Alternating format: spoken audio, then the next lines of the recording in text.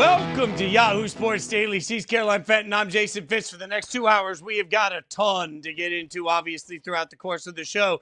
MORANT, we'll get into that in just a little bit. Penalty kicks. We got everything going, but we're still sitting in shock over the rumors that LeBron and AD could end up alongside Steph and Draymond for the ultimate last dance, by the way, by the Bay. Brian Windhorst reported this morning on Get Up that the Warriors plan to make LeBron an offer today. Can't wait for all of this. All of this comes 7 years to the day that the Brooklyn Nets pulled their own coup, convincing KD, Kyrie, and DeAndre Jordan to sign up for a super team run.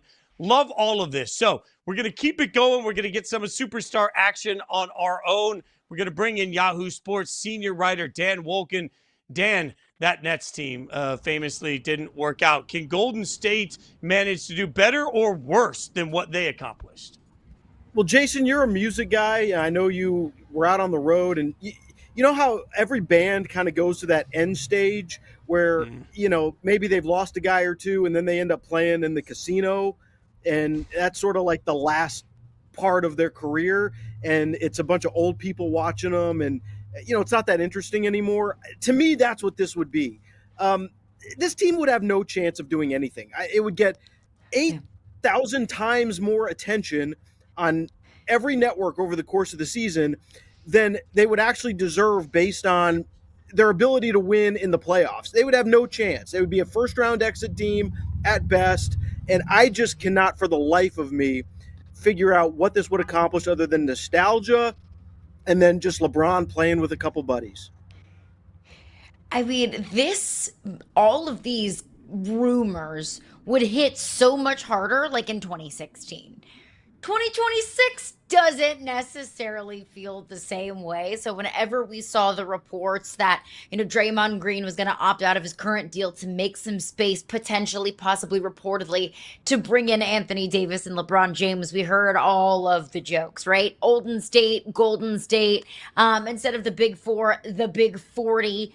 So I want to take this opportunity to compare these aging stars, these four aging stars, to maybe some other four stars in their golden years who we love and appreciate very much, and that is the Golden Girls. But instead of the Golden Girls in Golden State, potentially, we have the Golden Boys. You're a huge fan of the show Golden Girls, Dan, so enlighten me as somebody who has admittedly never seen the show. Let's make some comparisons here. The King, LeBron James, who on Golden Girls would he play? Well, he's definitely Dorothy, right? Because Dorothy is like the most serious, the most sort of austere. That's LeBron to me. Like, he's the one in this deal who's kind of like past his prime, but can still sort of, pass for a guy who has it all together. And that was Dorothy in this house. I love this, every ounce of this, as also a super fan of this show. So who's AD then? Well, AD is Rose, because Rose was the most aloof one, and so I think that's Anthony Davis. Like, of all these guys, he's clearly the most aloof, and that was, to me, her defining personality trait. It does kind of feel like AD in all of this is just like along for the ride. Nobody thinks Anthony Davis is going to play meaningful basketball this year, but hey, he's LeBron's friend, so why don't you come on in? Why don't you just enjoy playing in Golden State? Why not? What about Draymond? Which character would he be? He's Blanche. Come on. Blanche is the bad one, right? Blanche is the one who's always misbehaving, and that's definitely Draymond. This is electric. So that means that you're making Steph Sophia? Are we doing this? We're making Steph Sophia? 100%. 100%. I mean, Steph is Sophia. Sophia was, first of all, she was the cook, right? So you got a little Chef Curry action there. That's clearly there. But Sophia was the one who ran the house. Sophia bossed everybody around. She was the one who had all of the plans and kept everybody in line. And to me, that's clearly Steph. Caroline, I should point out to you, since you didn't see the show, I should point out to you that the wonderful actresses we just saw in these pictures were all supposed to be in their 50s, except for Sophia, who was supposed to be in her 80s. I just want to point out that that's what society thought you looked like in your 50s in the 80s. I just want to point that out. They're doing these actresses dirty. because I always thought that, in the Golden Girls, and golden implies old age. 50s is not old age. So I always thought they were supposed to be like in their 80s, that they were all, in their golden years. They're not. Unfair, not nice. But Dan, we can make all of these jokes about it, and we're gonna make jokes about it, about, they're all in their, closer to retirement than they are any other period in their careers. We can all make jokes about how much Advil this team might go throughout the course of the season. But at its core, do you think that this can work? Well, all of these guys can still play individually and they can still contribute, but it's a matter of, first of all, health and the ability to recover, how many games you're actually going to play in the regular season. And as we know in the West, it's obviously going to be very difficult if you're only playing 50 to 60 games to get a top seed in the West, which this team would need. They would need at least some type of home court advantage, an easier first round series. So I think there's a little bit of diminishing returns in that side of it.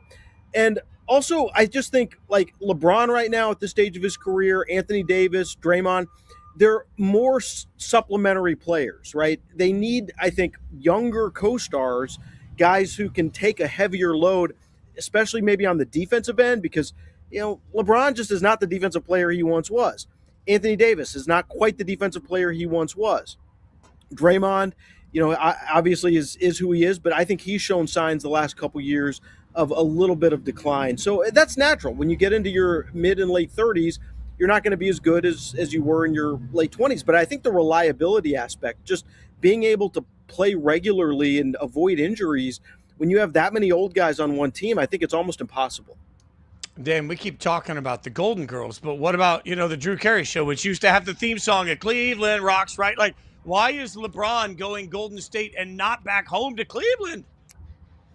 Well, Cleveland would be the easy narrative, right? But I don't think LeBron cares about narrative. I think he's just looking at what's the best basketball situation for him. And, it might be Cleveland, but I think there's a lot of uncertainty in Cleveland right now about what their team is going to look like. And obviously they've got some tax issues, some apron issues. They're going to have to sort of reconfigure their team. We'll see starting tomorrow kind of what they do with some of their higher end players. It sort of feels like they've maxed this thing out. And that in their current configuration, they're not a real championship contender. They're maybe just a cut below that. And so, does LeBron really get them over the top? To add him, what would they need to give away? Interesting times in Cleveland. I don't know why he might not want to do that. Maybe there's personal reasons. Maybe he just has done it twice. And I don't know. Maybe it's just a matter of, look, he's played with Steph on Olympic teams. And maybe it's, hey, I want to give that one a shot as my sort of closing act. I don't know what's in his mind, and I don't think anybody does. He's been really, really quiet about all this. And I'm asking you this question, understanding that it's an unfair one, but I feel like after LeBron's been in the league for 20 plus years and in the spotlight for even longer, it almost feels like we kind of know him. Obviously, we don't. But knowing what we do know about LeBron and the history of his career, where he has gone in free agency, what do you think right now is LeBron's number one priority for what he's looking for in his next landing spot? Well, if you go on the past, I think you'd have to look at what he believes is his best chance to win a championship, right? Now, maybe there's other factors in there, and obviously he went to LA in the first place because he wanted to live in LA, and he's got his house there and all that stuff, and Golden State is obviously only about a, 45-minute flight. Like, he can get back and forth to his house really quickly and that kind of thing. So maybe that factors in, but maybe he really believes that, hey, this old guy thing, maybe in the regular season, it's not going to look all that great because guys are going to be load managing and missing games left and right. But when you get to the playoffs, 4 players of that level of experience, that level of playoff success in the past, and obviously as good as they can be on a given day still at their advanced age, that maybe they can piece it together and things fall their way, and that's the best path to getting one more title. But I have to believe that's what he's looking for in this, even though I don't really believe it's realistic. Yeah, well, I know that we'll handle all of it with grace and nobody will overreact to any of it. I'm sure of that. Dan, while we got you, though, we've got to make sure we hit you. We can never talk to you just about one sport. You know too many about too many. So from the King James to the Queen of the Court, Serena Williams makes her Wimbledon debut today after accepting a wild card spot to compete in singles. How far can she realistically go in this? Well, probably not that far, and I don't even think she's thinking about doing anything like winning the tournament. In fact, she talked about that the other day, and that's sort of out of her grasp at this point. There's going to be a lot of issues from recovery to movement. She hasn't played a singles match in 4 years. So that comes with its own set of challenges. But obviously, she can still hit the ball really well. Her coach, Renee Stubbs, was listening to her talk the other day, and that she can still serve. You know, you get her in the right position to hit a ball, she can hit a tennis ball still. And I'm not surprised about that. But tennis is obviously a game where you're moving and you're being pushed in and out of the corners, and you've got to hit and recover and all that stuff. It's going to be a real challenge. The best news for her, at least today, is that she's playing a player in Maya Joint, a very promising young player from Australia, but is having a terrible year. I think she's lost 12 over her last 13 matches.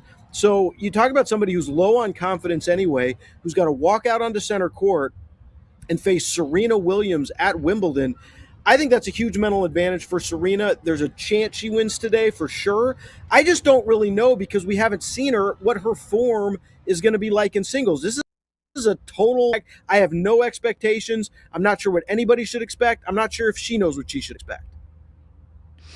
Before we switch over to the men's side quickly, Dan, I saw Naomi Osaka's outfit yesterday. And if you haven't seen it, it was beautiful. It was kind of kimono inspired, obviously drawing from her Japanese background. It was like this gorgeous white outfit. So I saw it on my Twitter feed and I thought, cool, love that. Love that she's kind of flexing this fashion muscle that she has. And I'm looking at all of the responses and it was just so much hatred and so much vitriol. In your opinion, why is Naomi Osaka such a lightning rod for criticism? Yeah, this has been kind of a thing for the last couple years because she has really leaned into the fashion aspect, and she will come out onto the court in these very sort of garish overcoats and warm-up outfits and things like that. And I think the reason is largely because she has not won in a long time. Now, obviously, there's a lot of extenuating circumstances and reasons. She took time off the tour. She's had mental health challenges. She went through childbirth. She's not the same player that she was when she won 4 Grand Slams in a very short period of time in 2018 and 2021. So, look, she's a great player. 4 Grand Slams already. She's a lock for the Hall of Fame. This is a different phase of her career. I know she's trying to get back into the mix, but I think a lot of people just look at it and they're like, why are you drawing this much attention to yourself? Rather than designing these outfits, why don't you go work on your backhand? And I think as unfair as that might be, I think that's a lot of the type of response she's been getting. Social media has just gotten insane with the way that we treat particularly female athletes. Give me one thing to watch before we get you out of here on the men's side in Wimbledon. What are you most excited to watch? Well, it's still Jannik Sinner versus the rest of the field. He had a tough match in the first round yesterday, went 5 sets. He had a bloody shoe. There was something going on with his nail that was kind of an ugly scene. But, he got through that, and I still think he's the best player. He's the defending champion in this event. Djokovic played yesterday. I frankly didn't think he looked very good. They would maybe play each other in the semis if Djokovic gets that far. But without Carlos Alcaraz in this field, I think Sinner on one side, and then there's going to be a lot of expectation in that bottom half of the draw. Can you get an American in the final? Fritz, Shelton, maybe even Tiafoe, all going to be in the mix there. As always, great stuff. Follow him on social media at Dan Wolken. Dan, appreciate your time. Thanks for joining us right off the top this morning. Fun to do it. Thanks, guys. As Thanks, always, Dan. great stuff from Dan. Speaking of great stuff, oh my God, did we get it from the World Cup yesterday? What an upset. What a moment. We'll tell you about it next.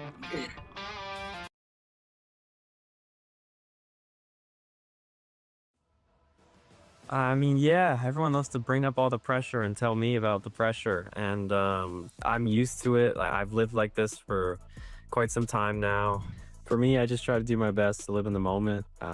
I wouldn't trade what I do for the world. So this is exactly where I want to be. And I just try to take it head on and enjoy every experience. I got a wonderful team and family behind me. And that's all that really matters. Understanding that Jacksonville needs a jolt of energy It is tough to run inside the 5-yard line because the line of scrimmage is so tight in this game. You see the linebacker sneaking right up there, ready to make an impact. And then we see, bam, in the backfield, C.J. Wyndham taken down for a big loss, and now the pressure's on for a third down. Clay Fields, one of the physical imposers on this defense, does a great job of getting rid of that wide receiver.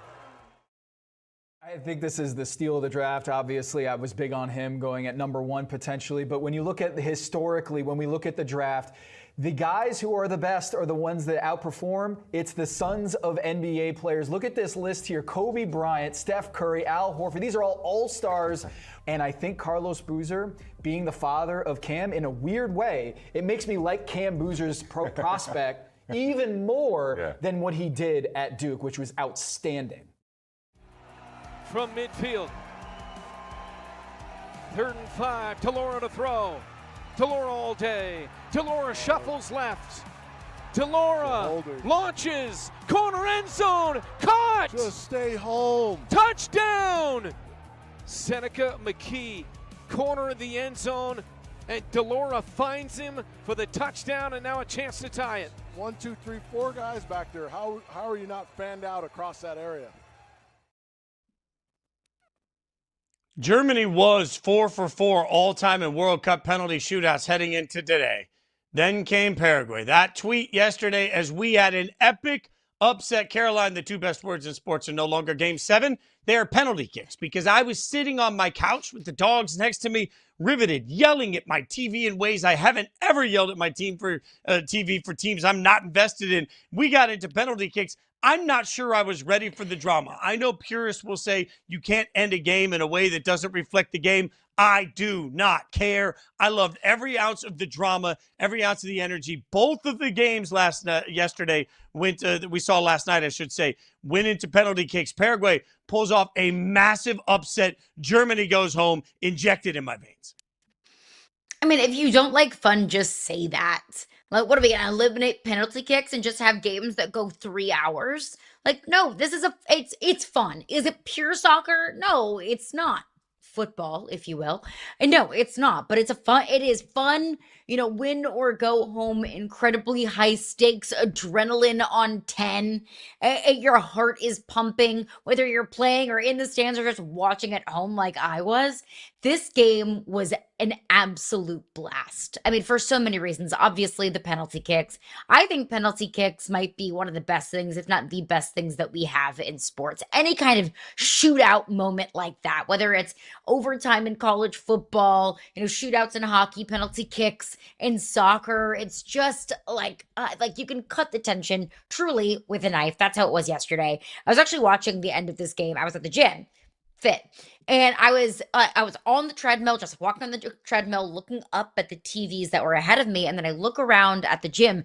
Every single person in the building had their eyes glued on this TV. With every penalty kick that was missed, everyone in the gym was going, oh. And every one that was made, it was like, yeah, for each team. It's not like there were big Paraguay or big Germany fans in the building. Everyone was just drawn to the pure excitement of it all. So that was very fun to watch everyone collectively in a public space, all, tuned in and watching this game. And we were all just kind of excited for victory and devastated for defeat, no matter which side it was on. The fact that you could watch the cutaways on the game, and every time Germany made a kick, it was like all these Germany fans in the stands were just erupting, and then Paraguay fans after each and every penalty kick. You could almost start to see the collective belief set in for the fans with each one that they made. And then ultimately, when Paraguay wins it, you saw grown men in tears, breaking down, crying. Not because they won anything of substance that they're going to take a trophy home for, but that's one game in the round of 32, slaying the dragon, taking down the giant that is Germany in pursuit of winning a World Cup. Does Paraguay believe they can actually win a World Cup? I don't know. I don't know if I necessarily believe that they can. I definitely don't think that they will, honestly, because I just watched the United States beat Paraguay by 3 goals. But it's the fact that they won one. It's the fact that who they beat on their pursuit to it. The fact that they are still alive in this tournament. And it was so special. And it was like truly touching to watch all of these Paraguay fans just relish in the victory that was taking down Germany. And to do it in awfully dramatic fashion was just so cool and so special to watch. It's by seeding the 4th biggest knockout in these rounds ever in World Cup history. In fact, from the betting angle, Germany entered the match as a minus 700 favorite to advance. BetMGM. Paraguay was plus 520 when the match started. That just shows you how crazy all of this was. According to BetMGM Sportsbook Insights, 99% of the money was wagered on Germany to win this match. This was supposed to be Germany's win. In fact, if you were listening to the broadcast like I was, the number of times they just kept conceding, well, this is where Germany's going to win, and this is how Germany's going to pull away. I felt like everybody was just waiting for that moment. But instead, what you had was a Paraguay defense that constantly collapsed, that constantly found a way to get in the way. You had guys risking every ounce of their body to get in front of it. You had great goal tending moment after great goalkeeping moment over and over and over again. Yes, there was a bit of a controversial call, but it got us to where we were with an incredible penalty shot opportunity at the end. And, you know, to your point, you mentioned riveting moments.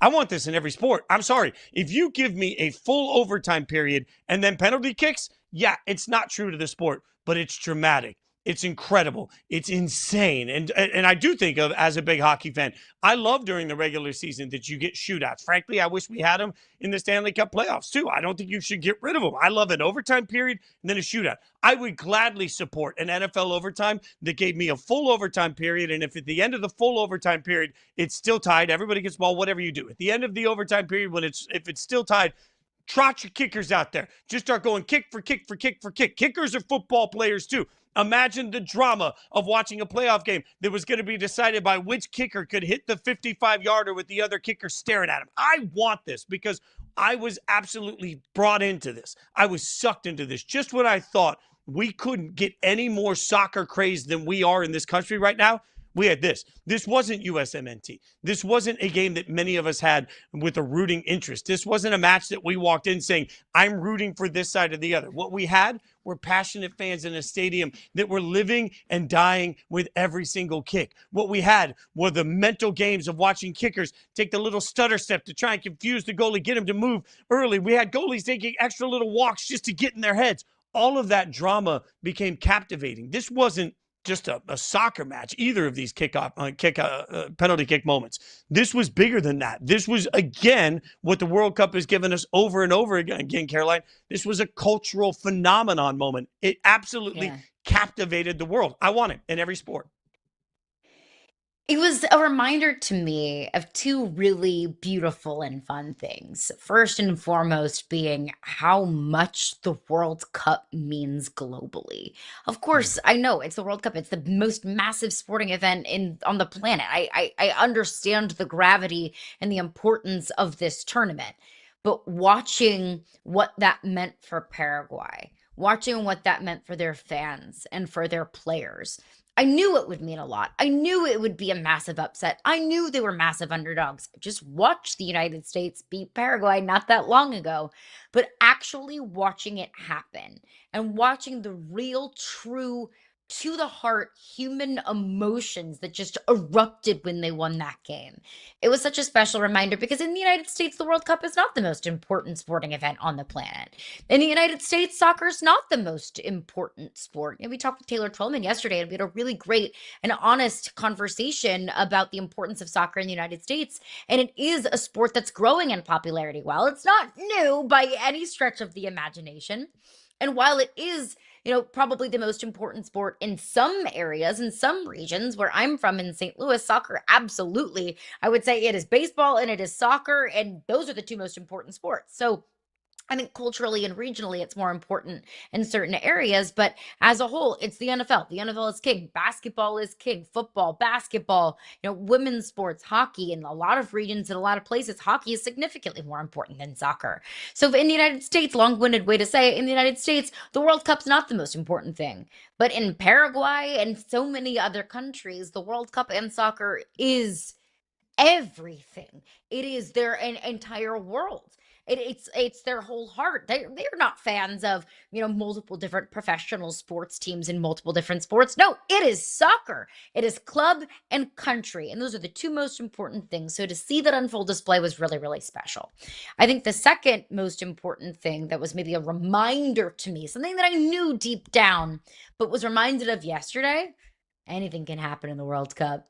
Anything can happen in pursuit of a championship and a tournament style like this. Now that we're getting into the win or go home kinds of games, and over the span of 90 minutes, over the span of penalty kicks, over the span of, really smart game preparation and X's and O's, anything can happen in the sport of soccer. So as we talk about how fun the USMNT has looked, how fun it's been, how much better they've played in this World Cup than maybe any other previous World Cup. And even though it feels like it's an uphill battle, and then looking at the giants that they would have to slay, on the way to a World Cup championship, I'm not saying that they're going to win a World Cup, but it is a reminder, a lovely reminder that anything can happen in this sport and in this tournament. I think with that in mind, I found yesterday to be eye-opening and a reminder to USMNT that anything's possible in both directions, right? Like, it's easy for all of us as fans. And Taylor Twellman pointed this out yesterday, that there are many of us that are like, well, we've watched really good soccer. That means that suddenly we're going to find our way all the way to the final.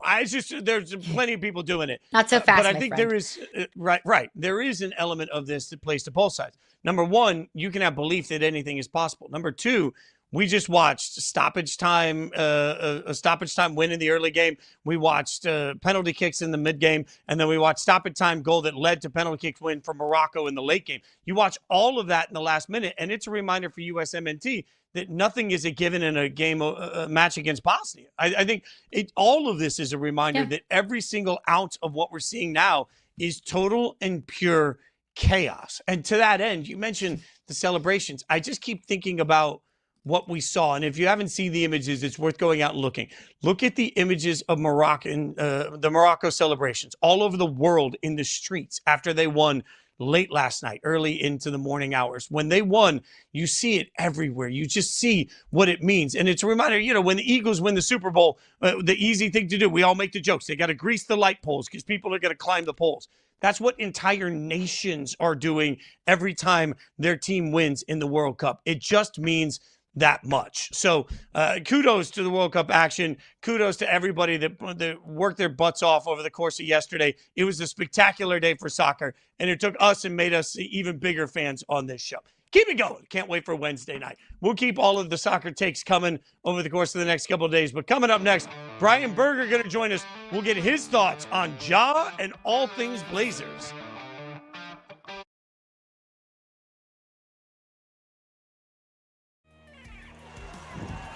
So now Felix Harper sends the motion, takes the snap, takes the pitch, looks over the middle, two receivers in the same spot, and that turns into a huge interception for Jacksonville. Lost opportunity, and what a return, what a pick, and what a change of momentum created by Isaiah Major. Wow. You talk about bend but don't break. My biggest concern is, can he be an on-ball playmaker? Yes, we saw it in high school, but we know that there's levels to this. So when you get to Kansas to have 38 turnovers and 38 assists, to me as a one-to-one guy, your sample size isn't good enough. Now, we know his big moments were extremely big. They were extremely loud. My man is an elite level scorer and will fill it up with the best of them. But I want to see if he can grow into a high-level playmaker. Well, inside the 25 at the 23, Jerome Johnson's going to fire under pressure. He's got a man, and again, touchdown for the Sugar Skulls. Javion Lofton, his second of the night.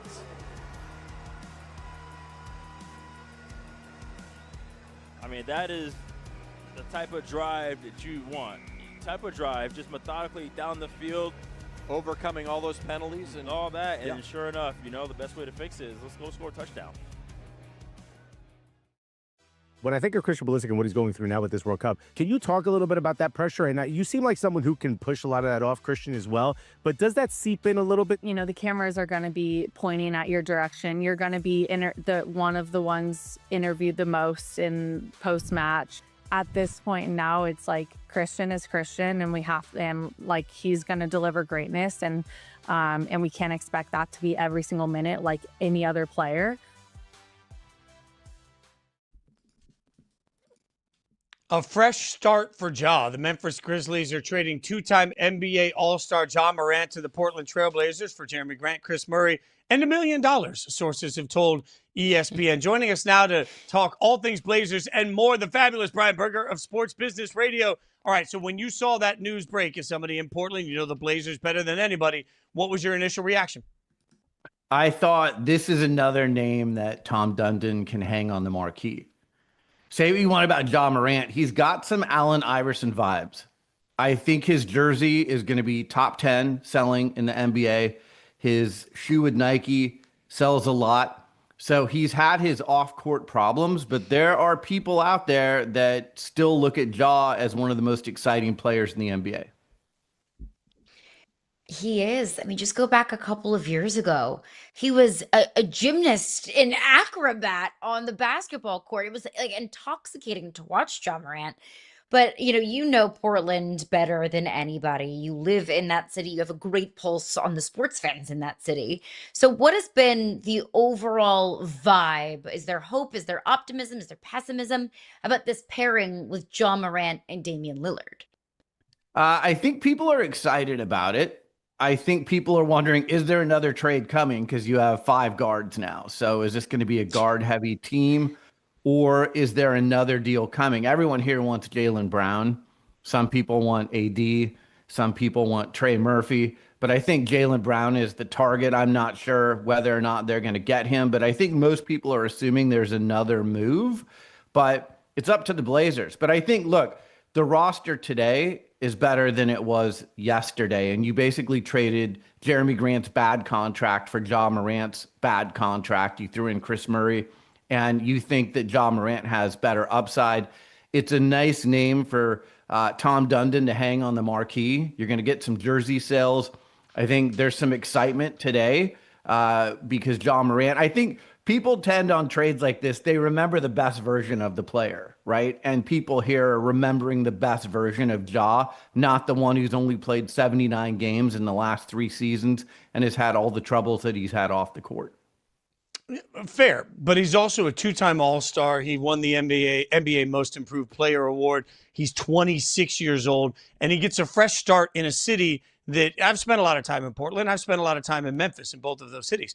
Portland as a vibe is a much different city than Memphis is a vibe. I'm not blaming Memphis for Ja's issues, but as somebody that lives in Portland, I feel like this is an opportunity for a fresh start for Ja in a city that has just a bit of a different vibe to it, which can be part of a refresh and a restart, no? I agree with you completely. And I would say, as you mentioned earlier, I think Damian Lillard is one of the top 3 leaders in the NBA. So when you come into a Damian Lillard-led locker room, you know how that is going to go. And I think some of the things that Ja may have gotten away with in Memphis, he knows he won't get away with here. I think there is a mutual respect with Dame and Ja. And I don't think he would even try and do some of those things here because of the immense respect that the players have for Damian Lillard in this locker room. So we have speculated with you and other times here on this show about Tom Dundon's intentions with the Portland Trail Blazers. We thought the back and forth between the public funding for the $600 million renovations was kind of his way of laying the groundwork to move the team. Does this move, does acquiring Ja Morant change any of that in your mind? No, I think it makes the team more attractive to another city. And I'm only doubling down to what I said last time I joined you, which is that Tom Dundon will do everything in his power to move this team. He came out in the last week and said he's not going to contribute financially to the $600 million renovation of the Moda Center, which is one of the oldest arenas in the NBA. From people I've spoken with, he and his team have really withdrawn from these negotiations. So He's waiting for the city to bring him a deal. People at the city are torn on this now because they're saying, well, we thought you were going to contribute some money to this project. Now that you're not going to contribute and we're the ones putting up the $600 million, I'm not sure we're going to unlock the city's portion of the money. So that $600 million may not even get unlocked because it may be shot down by the city. That will be up to them. But there is great debate going on in City Hall right now about even doing this deal in the first place. If they do get a deal done, I'm told that Tom Dundon is going to drive a hard bargain on rent, revenue sharing, development rights around the arena, all the things that would come with being a tenant of the Moda Center. He's going to want 99% of it. So he's going to go with a hard driving deal, and it's going to be up to the city to either accept the deal or not accept the deal. The other thing that's interesting is their current lease goes till 2030. So he can slow play this. He can see what happens with Seattle, what happens with Las Vegas. They have hefty prices that they're trying to get for expansion fees. If they don't get those fees, then those could be relocation targets. I think he's looking at other cities as well. But everything that Tom Dundon has done so far has shown me that he doesn't want to be in Portland. He's not actively engaging in negotiations for a solution to keep the team here long term. What's a better solution? I'm struggling to figure out how expansion will impact this, right? Because according to multiple reports, the league is looking at Vegas and Seattle. If you're Vegas or Seattle, are you going to pay the expansion fees and do that? Or are you going to try and convince Tom Dundon to move your franchise there? Well, so there are bidders in Las Vegas and Seattle. In Las Vegas, I'm told they're trying to get $10 billion. In Seattle, they're trying to get $8 billion. If the NBA finds groups that pay that amount of money, then you will have expansion. So, they've put the house up for sale in the neighborhood. They want to get a certain price. If they do, there will be expansion. If they don't, then that could be a possible relocation play for Dundon. So he's monitoring those. And in the meantime, he can slow play it because his lease at the current arena, the Moda Center, isn't up until 2030. So I would do exactly what he's doing, which is I would slow play it as well. Let me get all the facts in before I make a decision. I think the pressure is on the city of Portland to try and find a way to make a deal with him. But so far, he doesn't seem very engaging when it comes to making a deal to keep the team here in Portland. And he's not willing to sign a long-term lease that says, I will not move the team for 20 to 30 years, which is pretty standard for any arena lease that a NBA team signs. Brian, I live in Charlotte, North Carolina. I'm just a hop and a skip from Raleigh. So, of course, we are all feeling the Canes fever here. Anywhere I walk into, the grocery store, gas station, I see your Hurricane shirt, fresh off of a Stanley Cup. So here in North Carolina, I think everyone's really high on Tom Dundon. Even though the Canes won the Cup this year, the last, 10 years, they've been in contention, been in the postseason. You live in Portland. I have to imagine the feeling is not quite the same for Tom Dundon. What is the perception for the average Portlandian? Portlander? Oregonian, the term might be. Portlander. Sure. Yeah. Yes. Portlander. What is the perception of the average Portlander of Tom Dundon? Well, it's not apples to apples. I think what he's done in Carolina is great. What you do in the NHL is great. It's very different than the NBA. Salary structures are very different. But people here think he's cheap. I mean, he just got $1 million thrown into the Ja Morant trade. And when I first saw that, I thought of the scene in Moneyball where Billy Beane says to the team he's making a trade with, hey, I need you to stock my soda machines for the rest of the year. I don't need my guys playing for soda. Paying for soda. That's kind of what Tom Dundon is. He's looking for every penny he can scrounge up. He is what you would call a poor billionaire. He's put a lot of his money into just acquiring the Trailblazers. But people here, I think they're excited about the Ja Morant deal, but they're very worried that he could potentially move the team. And they see him as a very different version of himself from the one that's seen by Hurricanes fans in Carolina. Well, and look at the coaching situation. Rob Brindamore has been the coach in Carolina for a minute, and it's resulted in tremendous stability, and it's resulted now in a Stanley Cup. Somebody that absolutely loves the franchise. The flip side of that is what we have in Portland, where Mike Nori is taking a 1-year deal with a team-controlled option for years 2 and 3. That's unprecedented. Why do this, and what is the logic behind it? Well, I mean, again, you're cheap and you want things your way. You want to save a buck. I'm told that Micah Nori did this without an agent. So this is probably Tom Dundon sitting down in a room saying, how badly do you want to be an NBA coach? I know this has been your dream. If you want it that badly, here's the deal. And this is all I'm going to offer you. I'm told that Dundon said to agents of coaches, Nori didn't have one, look, you're going to be the lowest paid coach in the NBA. Take it or leave it. This is how he does business. He has the Carolina Hurricanes to show as Exhibit A that doing business his way can work. But it angered the NBA Coaches Association. It angered other coaches around the league because they don't want owners to start treating coaches like this. Because typically the coaches already have an uphill battle. They're making far less money than the star player. So if you have to get rid of the coach or you have to get rid of the player, you're going to get rid of the coach in most occasions. So all of this combined, the strange Micah Nori deal, the John Morant trade, the questionable future of the Trailblazers in Portland, I'm going to ask you to look into your crystal ball.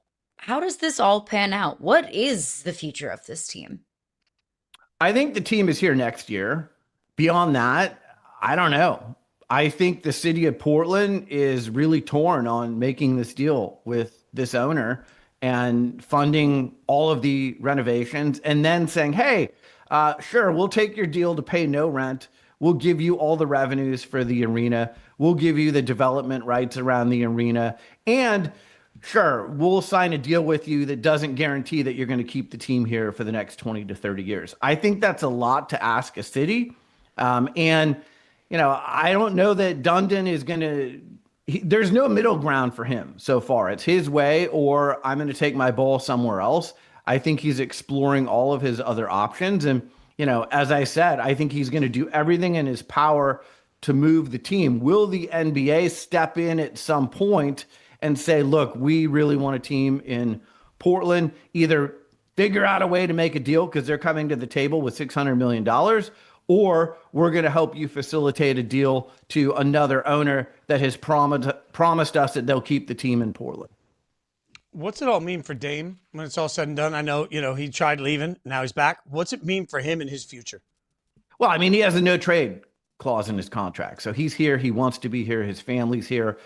He's an all-time Blazer. He's one of the top 75 players of all time in the NBA. I think he's where he wants to be. And, you know, he's kind of rolling with the punches at this point. He's got a new coach. He's got a new owner. But I think he's a respected voice in the locker room. He's a respected voice in this community. And I also will say this.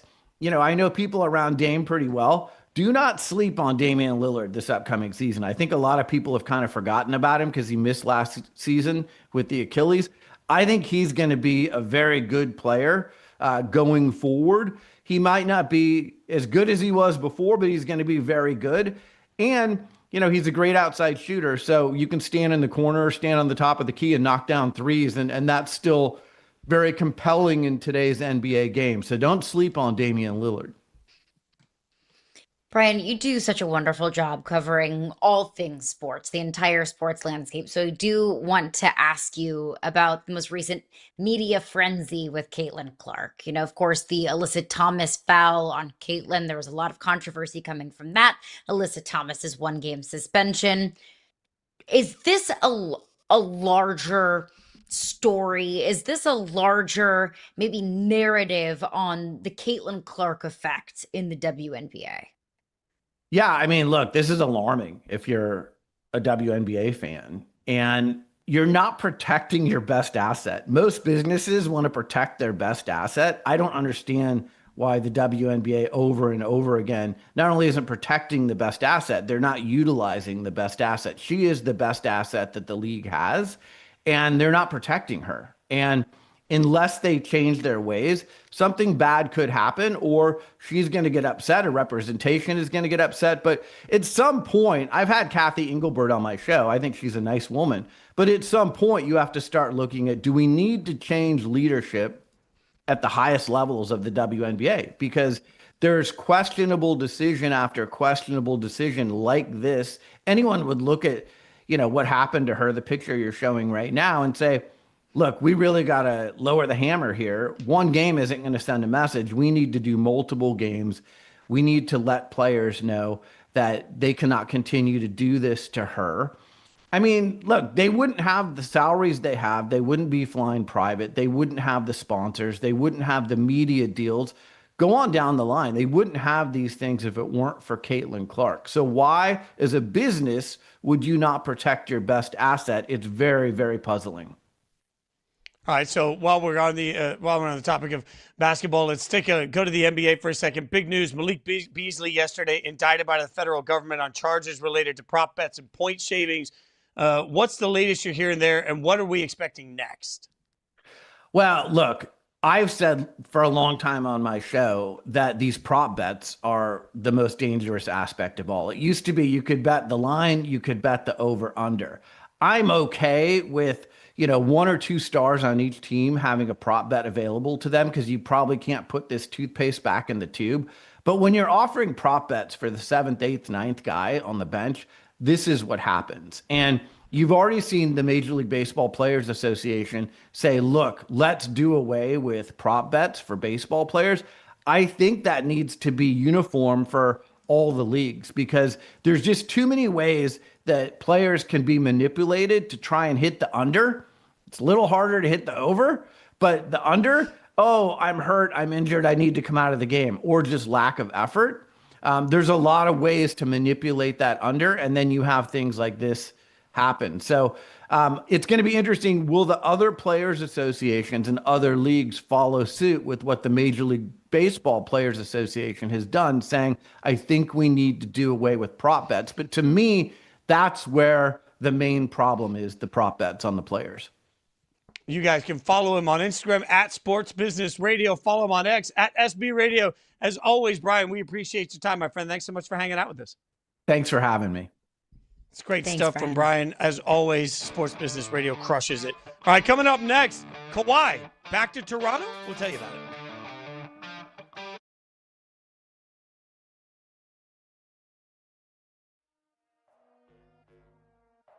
What's the difference in your show and their show? I'm going to say we have the superior talkers because I'm on the show, and nobody's a better talker than me in all of professional wrestling, and that's just a fact. We just feel really special, and we feel very distinct, and I think the biggest reason why, more than anything else, is because when I'm watching All Elite Wrestling, I don't feel like I am watching somebody play a character.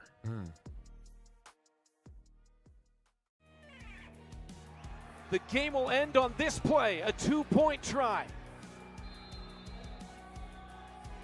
Anthony Garrett sends two. He's going to run. Now he's going to throw. Back of the end zone. Knocked away at the last moment. And it's Quentin Randolph, the wide receiver, playing D-back to win it for Vegas.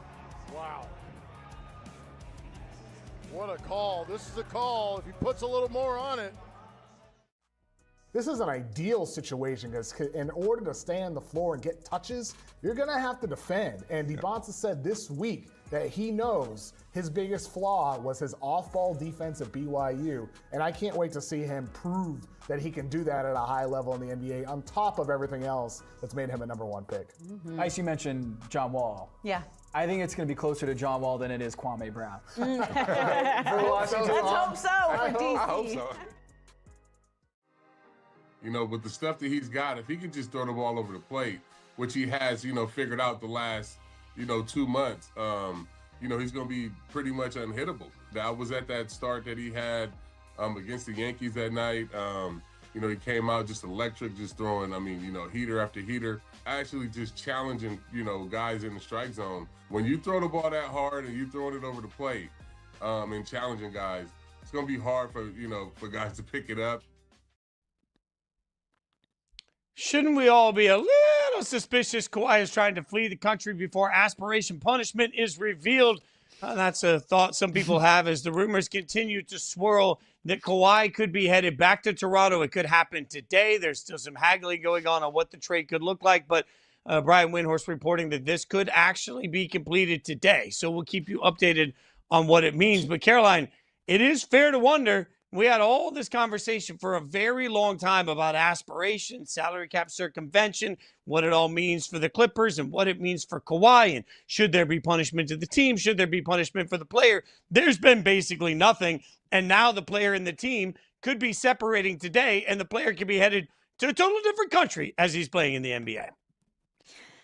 I do believe the letter of the NBA law does extend into Toronto. I don't think we need to worry about country lines there. I do believe that Adam Silver can still rule even in the North. He is still the king of the North after all. So not too worried about that. But I do find it very strange and suspicious that the aspiration of it all has now been going on for almost an entire calendar year. Have we gotten any indication of what a punishment might be? Have we heard anything from NBA leadership or from Adam Silver himself, apart from some of the press conferences that we heard when all of this stuff got uncovered? Have we heard anything from Adam Silver about it? I haven't. So I just do find it very strange that we have heard so much that the number one cardinal sin of the NBA, aside from point shaving, is cap circumvention, that they had a zero tolerance policy for cap circumvention, that maintaining parity and integrity with the cap was of utmost importance in the NBA. And then we have this situation that is so obvious and so clear that Steve Ballmer and the Los Angeles Clippers circumvented the cap. It is so obvious. If it looks like a duck and it quacks like a duck, it's a duck. Okay, that's exactly what they did. Yet this has been drawn out for as long as it has. I don't think that there is going to be absolutely positively zero punishment whatsoever. I just don't have faith in Adam Silver and the NBA to come down with the hammer that feels like is necessary for an offense that is as obvious and, per the NBA, as egregious as Steve Ballmer's circumventing the cap was. So I don't think that just because Kawhi is going to the Raptors, that's what it feels like the writing's on the wall. I think it's a matter of when, not if. So let's just live in the world where Kawhi is already a Toronto Raptor. I don't think that that is necessarily dodging any sort of punishment, nor do I think it should be dodging any sort of punishment. If the Raptors understand what they're getting into with the aspiration of it all, well, then they should be subject to punishments as well. At least Kawhi should still be subject to punishments, no matter what jersey he's wearing next season. I don't believe the Raptors would be trying to acquire Kawhi if they had any indication that serious punishment was coming for Kawhi. So to me, the fact that we're even at this point, because I would have to believe that the Raptors organizationally are checking in with the league saying, hey, anything we should worry about here? And the league has given them some indication that whatever they could be worried about isn't that substantial. I don't think there's any way that the Raptors are acquiring him if there's a cloud hanging over him. So to me, I read the fact that he's about to be traded as an indication that if Kawhi is going to be punished, it will be minimal at best. It's the sort of punishment a new team is willing to give up assets and still absorb. Now, from the other side of it, does that mean that the Clippers are going to circumvent punishment? No, they might face something, but by the time they face something, what consequence will that have and what will it really matter?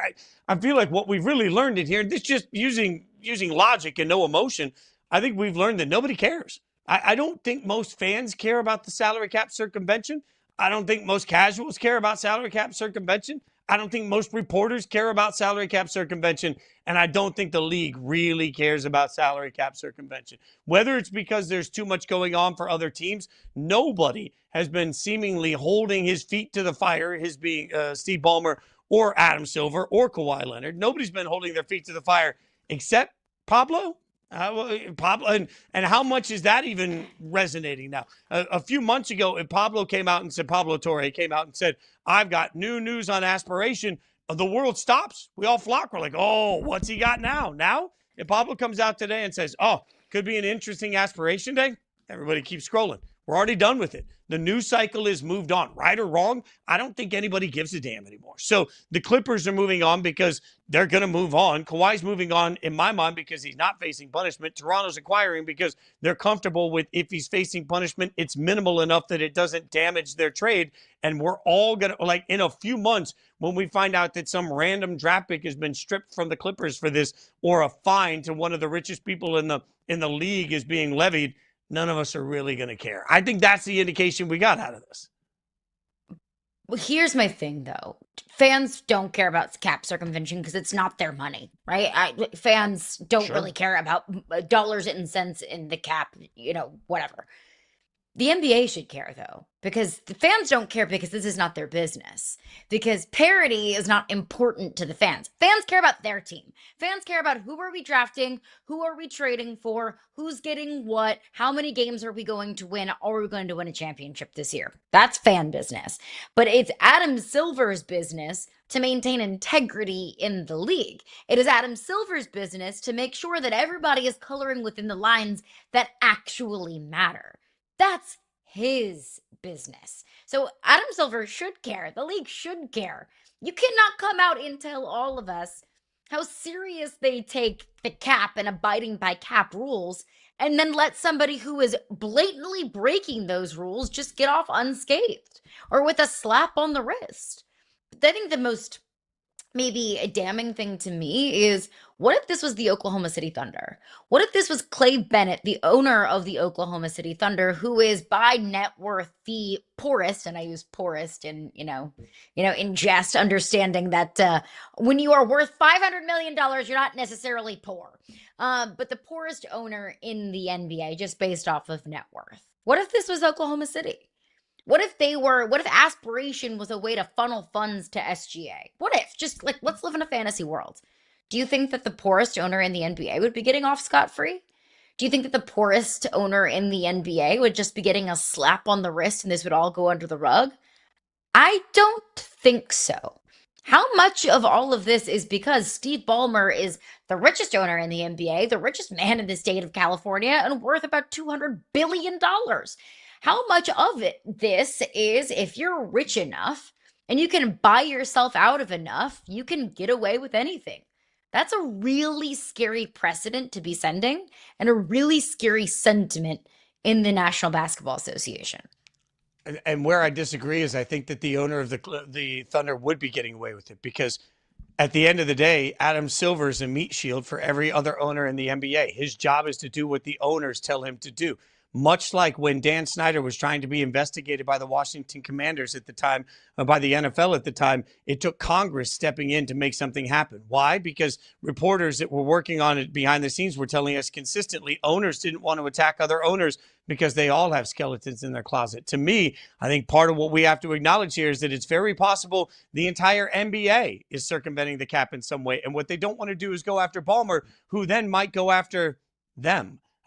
Part of the reason that I think we've heard so many owners, including all the way down to Mark Cuban, who's not even the same owner that he was, talk about, it's a big deal. Everybody sort of downplayed it, because it's pretty possible in my mind that everybody's doing some version of it. So Adam Silver is doing exactly what he's paid to do. He's taking all of the blame and all of the shots from this, while he's just a meat shield for all the other owners who are looking around saying, well, I don't want to piss off Ballmer, because if I piss him off, he's going to come after us, and we're all going to find out that we've all got our own version of aspirations. And that's the one thing the NBA can't handle. We'll find out as we get more information. By the way, want to get you caught up on one piece of news. Chris Haynes reporting that the Pistons and Jalen Duren are so far apart on talks for a new deal. Duren plans to meet with the Sacramento Kings with the intention of trying to complete a sign and trade out of Detroit. What do we think, Caroline? You sure? You sure about that? Because be careful what you wish for, Jalen Duren. I understand that, at this point in your career, you want to maximize what you are worth. You want to maximize the amount of money that you can get into your bank account. I totally understand that. I don't disagree with that. Whatever anyone's intention is totally and completely fair and valid by me. But you want to go to Sacramento, where there's a very high likelihood that you will not be playing a single meaningful basketball game as long as you're in a Kings jersey? Because what I can pretty much guarantee you, pretty darn close to guarantee you at least, is that if you're in Detroit, you will be playing basketball that matters. Detroit was the #1 seed in the East this past season. I think we all view the East as incredibly wide open. Celtics, Pistons, Knicks, obviously, Miami with Giannis, Cleveland. It could be anyone's East. It is far more wide open, at least, than it feels like in the West with Victor Wembanyama and OKC. So are you sure you want to leave a team that had a legitimate, serious championship upside this past season and go to Sacramento, which is, I would say, one of the more irrelevant franchises, not just in the NBA, but in sports?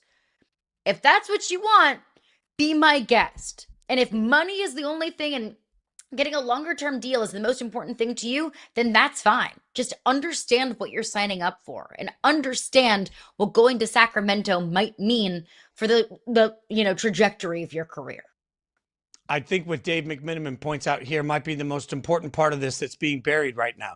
He is a restricted free agent. So as stunning as it is to me that Jalen Duren would go in and say, I want to play for the Kings, people in hell want ice water. He can all day ask for a sign and trade. But the key word there is ask. And if the Detroit Pistons are not interested in parting ways with him, even if he doesn't like the deal, he is not in a position, because he's a restricted free agent, where he can actually demand anything. He can go meet with other teams and he can go hope that something comes together that Detroit's happy with. But as a restricted free agent, they will have the option to match absolutely any contract offer he would get absolutely anywhere. And they're under no obligation to trade him. So even if he wants to go play meaningless basketball, which we agree is what it would be in Sacramento, the Pistons have to let him go make his career meaningless. And there's no indication that they're actually going to do that. We will keep you updated on it because it is a wild week in the NBA. The action continues. But Yahoo Sports Daily will continue. More sports coming up at you next.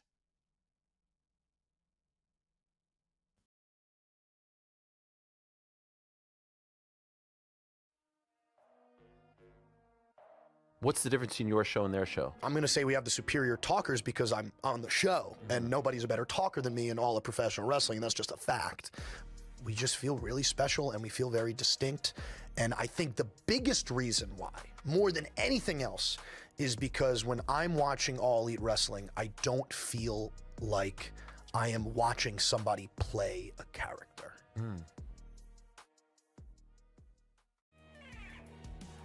The game will end on this play, a 2-point try. Anthony Garrett sends two. He's going to run. Now he's going to throw. Back of the end zone. Knocked away at the last moment. And it's Quentin Randolph, the wide receiver, playing D-back to win it for Vegas. Wow. What a call. This is a call. If he puts a little more on it. This is an ideal situation because in order to stay on the floor and get touches, you're going to have to defend. And DeBonta said this week that he knows his biggest flaw was his off-ball defense at BYU. And I can't wait to see him prove that he can do that at a high level in the NBA on top of everything else that's made him a #1 pick. Ice, you mentioned John Wall. Yeah. I think it's going to be closer to John Wall than it is Kwame Brown. Let's hope so for DC. I hope so. You know, with the stuff that he's got, if he can just throw the ball over the plate, which he has, figured out the last, 2 months, he's going to be pretty much unhittable. That was at that start that he had against the Yankees that night. He came out just electric, just throwing, heater after heater, actually just challenging, guys in the strike zone. When you throw the ball that hard and you throwing it over the plate and challenging guys, it's going to be hard for guys to pick it up. The Commissioner's Cup Championship is set. Aces in Liberty. We're just hours away from this one tipping off. So thought we'd play a little bit of triple threat. This is where we're going to shoot on a take if we're taking it. We're going to pass on a take if we're not taking it. We don't buy it at all. And we're going to dribble if we're absolute cowards and we're not prepared to make a take one way or the other right now. So shoot, pass, or dribble, Caroline. The winner of tonight's Cup game will be the WNBA championship, will win, I should say, the WNBA championship later this season. Shoot, pass, or dribble. Ooh, I'm going to pass on this because it has only happened once in the history of the Commissioner's Cup. Now, keep in mind the Commissioner's Cup has only been around since 2021, but it only happened once when the Aces did it in 2022. Coincidentally, a team that will be playing in the Commissioner's Cup again tonight. The Aces won the Commissioner's Cup in 22 and then won a championship that year as well. Now, it has been a good indication, a good omen, at least for the New York Liberty also, because the previous 2 years that the Liberty were in the Commissioner's Cup, they also found themselves in the WNBA Finals. But the year they won the Commissioner's Cup, they lost the Finals, and vice versa. The year that they lost the Commissioner's Cup was the year that they won the WNBA Finals. So it has been a good omen, a good indication for a lot of teams in the Commissioner's Cup existence that they can find themselves at least contending for a championship. But it's also just not that easy. You know, last year we saw the Lynx and the Fever in the Commissioner's Cup. The Fever won the Commissioner's Cup, and then Nafisa Collier got hurt late in the season. And of course, we saw the Fever get bitten by the injury bug as much as they did last season. So whenever you're, about halfway through the halfway point of a season, it's really hard to project out, especially in a league that's as physical as the W is. So I'm going to say I will pass on this. Whoever wins tonight could very well find themselves winning a championship or contending for a championship, but it's not a perfect science. Yeah, well, I'm going to have to pass on this because Vegas is going to win the championship, and I don't know if they're going to win the cup. Hear me out. You mentioned it. The only time that the Commissioner's Cup champion has been the champion of the WNBA is Vegas, but also Vegas was in the Commissioner's Cup in 2023 where they lost, and they eventually won the championship. Every year that Vegas has gone to the Commissioner's Cup, Vegas has ended up the WNBA champion. So the problem is I don't really know if Vegas is going to win tonight, and I'm not betting against Vegas to win it all. The other thing that is complicated about this, all kidding aside from my fandom of Vegas, is that this year particularly, I think the top of the W is more balanced than the top of the W has ever been. By now, most of the time, we have a pretty good sense of who our top two teams are. I don't think we do today, Caroline. When you look across the board at how many good teams there are and how many teams you could see going on a run, plus, I'm still sort of haunted by what we saw last year from an Indiana team that got hot and disrupted so much of the playoffs along the way. There are too many teams that are still finding their footing together that already look like they're really good for me to say that tonight's champion, one way or the other, is going to actually end up being the WNBA champion. So I'm hedging all of my bets, and I'm going to pass on that take. What about this one? All right, while we're talking a little bit of Aces, all right, Asia and the Aces becomes all of a sudden wildly controversial for some reason because Lisa Leslie, as I referenced yesterday on the show, said on Sunday that Asia is, quote, the face of the NBA. She said, this is the face of the WNBA, talking about Asia Wilson and the dominance for the Aces, not just this season, but over the course of the last several seasons. So, Asia Wilson, the face of the WNBA, shoot, pass, or dribble. I'll pass on this. Everybody don't come for me. I also find this discourse so silly. It doesn't matter. Like the face of the WNBA, the face of the NBA, that's just something that we all as media and fans come up with. It's arbitrary. It's fake. It's not a real thing. It doesn't matter. But I will pass on this because like all these players are marketable. So one single face, like whatever. But I will pass on Asia Wilson being the face of the WNBA. Caitlin Clark is the face of the WNBA. Caitlin Clark sells out arenas. Caitlin Clark gets more eyeballs on her games than any other player gets on theirs, whether it's in the arena or on TV. Caitlin Clark, everything she touches turns to gold. Caitlin Clark is the most recognizable player in the WNBA, and I would even venture to say one of the most recognizable women's athletes and athletes, period. It's Caitlin Clark. She's the face. Asia Wilson's the best player in the WNBA. Asia Wilson's the best player on the planet. Asia Wilson isn't even 30 years old yet, and she's already on my Mount Rushmore of greatest players to ever play in the WNBA. So Asia Wilson's the best player. If I had to pick a player tomorrow, if I say, hey, you have to win a game, it is win or go home. You can get $1 million if you win this game. We're going to have a draft of every single player in the WNBA. Who's your number one pick? It's Asia Wilson. If I have to win one game, if I have to win a championship, it's Asia Wilson. But she's not the face. It's Caitlin Clark. And by the way, that's okay. I want to remind everybody that according to Forbes, the highest paid actor of 2025 was Adam Sandler.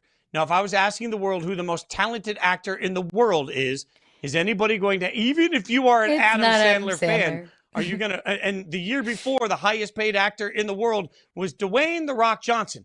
I love The Rock. Does anybody believe that The Rock is the single greatest actor of his time? Like, sometimes it's okay to admit that being the face of something is in and of itself its own incredible accomplishment. And it doesn't necessarily mean that you have to be the best. It just means that you are in that proximity of being one of the best. And also at the same time, you are wildly talented, wildly loved, and everybody recognizes you. Those things make you the face. We see it all the time in music. We see it all the time in entertainment. We see it all the time in sports media. You know where we also see it all the time? In sports. There are times that the face of a league, whether we're talking about the W or anybody else, isn't necessarily the best player. It's a player that the entire world seems to resonate with, and that's okay. To me, it's so clear that A'ja Wilson is the best player. That's not a new take for me. If you've been watching Yahoo Sports Daily since we started the show almost a year ago, if you took a shot every time I reminded you A'ja Wilson is the best player in the WNBA, you'd be very drunk right now. I've been saying that for a long time. It's okay to admit that the best player in the WNBA is A'ja Wilson, and the face of the WNBA is Caitlin Clark. Because if we were doing a signing today in Times Square, which one do you think is going to get more people lined up to get an autograph? If there was a random photo opportunity in the middle of LA, which one do you think is going to have more people lined up to get that picture? If you go to dinner on a random night in Vegas after an Aces game against the Fever, who's going to be more mobbed? The answer is Caitlin Clark. She's the face of the WNBA. A'ja Wilson is the best player in the WNBA, and none of that has to be offensive to the other. Let them all just live and do their thing. So we agree. We both pass on that take. How about this one? Last one. Olivia Miles having the best rookie season ever. All right. She in WNBA history so far. So on the heels of being the fastest to 350 and 100, we talked about that. She passed Paige and Caitlin, shoot, pass, or dribble. Olivia, the best rookie season in league history. What say you? I will dribble on that. Call me a coward, but her year's not over yet. I think she is definitely in the conversation. I think she has the opportunity to.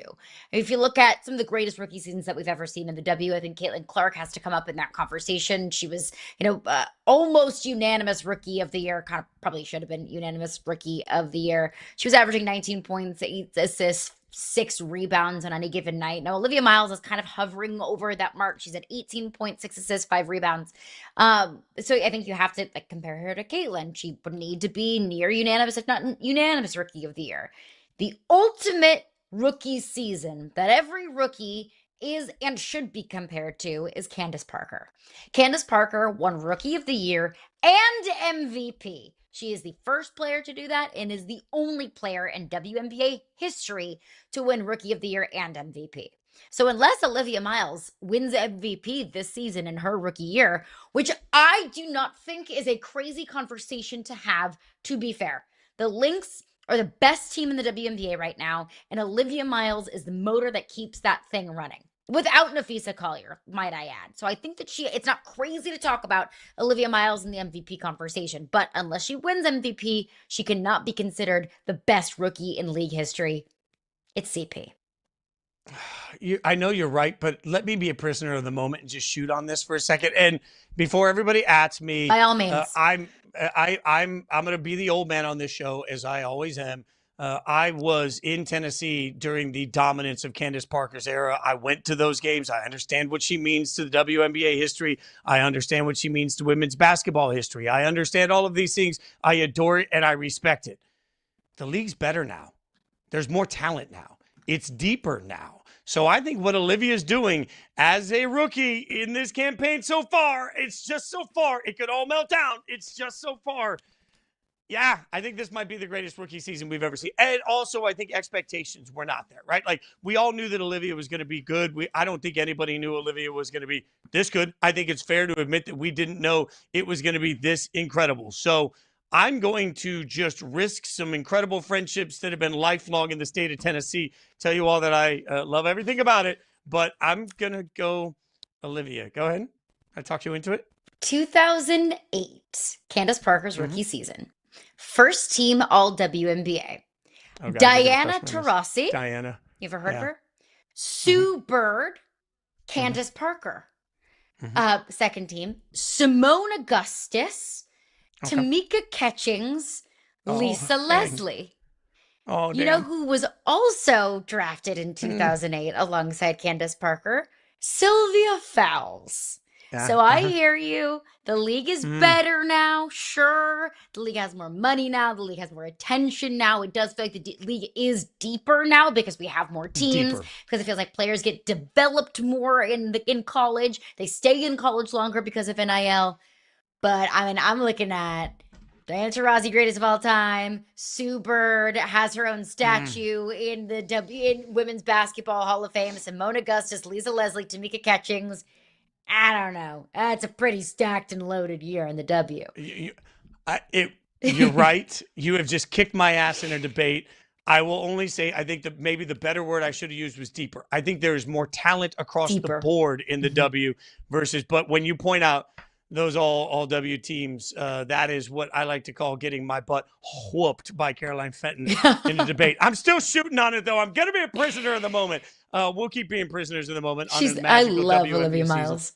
Yeah, it's just she's become must-watch TV every single time she plays, 100%. and it is a delight to cover. All right, coming up next, from the delight of the W to the chaos of Major League Baseball, what did we learn from the most recent proposal between the league and the players? We'll tell you about it next.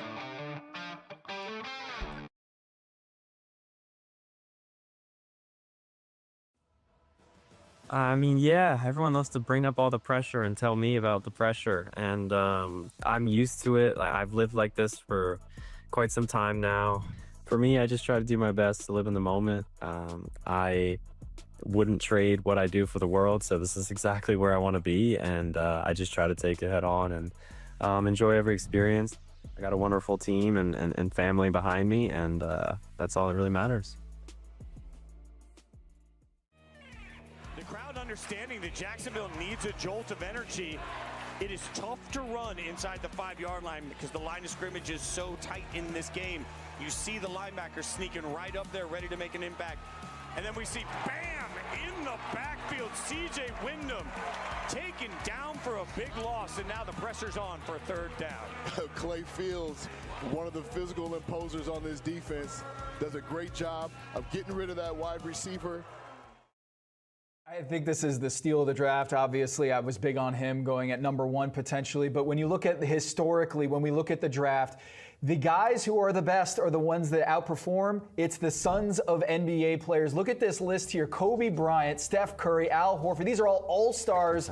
And I think Carlos Boozer, being the father of Cam, in a weird way, it makes me like Cam Boozer's prospect even more than what he did at Duke, which was outstanding. From midfield. 3rd and 5. Delora to throw. Delora all day. Delora shuffles left. Delora launches. Corner end zone. Caught. Just stay home. Touchdown. Seneca McKee. Corner of the end zone. And Delora finds him for the touchdown, and now a chance to tie it. 1, 2, 3, 4 guys back there. How are you not fanned out across that area? Early proposals from MLB owners have been so extreme that they've united players in labor talks. The MLBPA says their proposals are, in fact, so obviously and extremely bad for players at all levels that it's actually been a benefit for our unity. I don't know why they needed to benefit their unity going into what they knew was going to be contentious, Caroline, but are we buying this, that this is so shockingly offensive that now players are even more unified? No, I'm not. Like, I don't think the players looked around and thought, you know what, they're so greedy that we're going to hold hands even tighter now.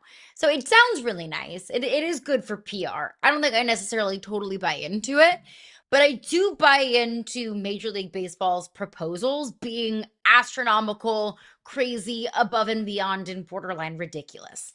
Welcome to negotiating 101. Like, if you are buying a house, for example, you love everything about the house. Everything is perfect. The interior is perfect. The location is perfect. The price is perfect. You love everything about it. You would buy it right now. You're not going to tell the seller that, right? You're going to tell the seller, we want hardwood floors upstairs. We want brand new landscaping. We'd love it if you could update the appliances. We'd love it if you could install a crystal chandelier in the master bedroom. Like, you're going to ask for all of these things. And then the seller's going to be like, no, you're not going to get a crystal chandelier. But you know what? Sure, we'll go ahead and we will throw in some hardwood floors. And you're like, well, cool. I would have bought it as is, but I'm going to just totally and completely overshoot some of our negotiations, and hopefully we'll land on some things that are just a cherry on top of the house that we already loved. So cool. You loved the house. Now you get hardwood floors out of it. That's kind of how I view this with Major League Baseball. They're shooting above and beyond, asking for all of these crazy asks, knowing they probably won't get all of them, but they will negotiate it down to things that they really, really want. And it feels like the players are getting something good out of it because not all of these crazy demands are being asked for. So I do understand this is negotiating 101, but I do think that Major League Baseball has to be careful because sometimes asks and negotiations can be so crazy and so out there that the other side no longer feels like you're negotiating in good faith. And this is only going to get more contentious. We'll have more on this throughout the course of the week, but we got to cut everything off. We're going to change directions because we have got a great guest joining us right now. She's the head coach of UCLA women's basketball, Cori Close, joining us. Coach, thank you so much for your time. We appreciate you hanging out with you. I should properly introduce you as a champion. So how does life feel now as a champion? Well, first of all, I apologize. I'm running a little bit behind this morning, but to feel, it doesn't feel any different. It was interesting to me. I was hoping I would feel this way, but I wasn't sure that after the day after we won, I thought to myself, you know what? I hoped it would be this way, and actually it is. The journey was even better than the destination. And so just really thankful to be a part, but it has been complete craziness. No one tells you about all the things that happen after you win, but so thankful and excited about sort of the standard that we set. Congratulations, Coach. I know it's been several months removed, but that feeling, I'm sure, never goes away. And there's no doubt that you had a special squad. And, that squad, it was kind of their last dance, their last song. Lauren Betts, Gabriela Jaquez, Kiki Rice, Angela Duklich, so many important pieces of your team have now gone on to play in the WNBA. So understanding that, knowing that it was kind of the last song for a lot of your players, how long did you let yourself enjoy the moment and celebrate a championship before moving on and transitioning to next season and building your 26-27 squad? Not at all, actually, because the day after the championship, the transfer portal opened. So in order to have another team that transitioned, and I was talking to Dusty May, actually, from before he took the Dallas Mavericks job, and he said it was the same. He said both of us, when we saw each other about a month and a half later, he had taken 1 day off. I had taken 2 days off. There was just no time because we both had to replace pretty much our entire starting lineups for both of us. But there is no time to do that. And I knew I hadn't taken time because we had the privilege to be honored by the New York Athletic Club and the Wingfoot Award last week in New York. And they were playing a highlight of our team, and I just had tears, and and most of my staff just had tears streaming down their face, which tells you we had not stopped to actually let it sink in, take a moment. We're actually having our staff celebration dinner tonight for the championship because it's just been a whirlwind ever since. Coach, I keep thinking about, we had Shaq a few weeks ago, and he was talking about the fact that you don't know you're a champion until you're champion. You don't know what it takes. You can't talk about it until you've actually done it. Now that you have this championship, sort of how does that change your approach, your message, what you guys are talking about? How does it change you? I love to study great leaders. I love to say, hey, what do they do? And one of the things that I showed our players was a press conference from the GM of the Oklahoma City Thunder last year after they won it, is that we're not trying to replicate an outcome. Outcomes will find you when you're present and completely committed to your process. And so, I think it's just learning about those things, but I really want to take the pressure off. The realities exist. you're going to get everybody's best effort. You're going to be, from an opponent standpoint, they're playing the defending national champions. But I have been player. We're not defending anything. We're trying to scale a process. We do believe that success leaves clues. There's not a coincidence that all 6 of our seniors got drafted, 5 in the first round. All of them made rosters. That has never been done before from one particular school in a class. And there's obviously clues and a roadmap of what it took to get there. But I'm not trying to replicate an outcome or a destination. I am trying to replicate, though, a process and a roadmap that we discovered along the way. You mentioned that draft. We were all watching it. What was it like for you emotionally watching everybody get picked? Just to be totally authentic with you, the year before, we had 6 players leave our program, actually, right after we had gone to our first Final Four since 1979. And honestly, the parents were not happy with me. And it was a really difficult season of our development. And I really made an effort to have quarterly Zooms with the parents to really involve them. And I just told them, we're not winning a championship if you're not all in for each other's kids, and that everybody, including the families, are not willing to go, you know what? This is about winning. This is about coming together as a unit.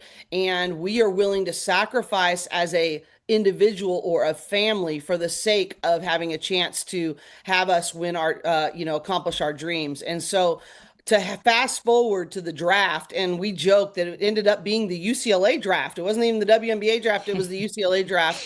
And after every single young woman's name was called, all of the dads and brothers came together in the middle of this, massive studio and did this huge mosh pit and celebrating each other's kids. And that may have been one of my proudest moments, is not just to see them get their name called and have their dreams come true, but to see the families truly and genuinely just celebrating each other's kids.